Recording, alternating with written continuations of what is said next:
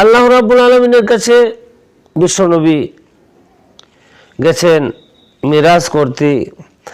কুরআনুল কারীমের সূরা বনী ইসরাঈলে আল্লাহ রাব্বুল আলামিন ঘোষণা করেন, বিসমিল্লাহির রহমানির রহিম, সুবহানাল্লাযী আসরা বিআবদিহি লাইলাম মিনাল মাসজিদিল হারামি ইলাল মাসজিদিল আকসা আল্লাযী বারাকনা হাওলাহু লিনুরিয়াহু মিন আয়াতিনা ইন্নাহু হুয়াস সামিউল বাসীর।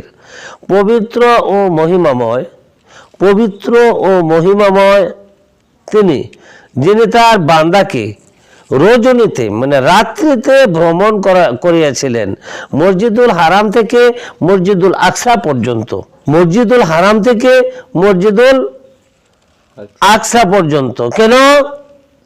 যে এই পরিবেশ, তাহার পরিবেশ আমি করিয়াছিলাম যে বরকত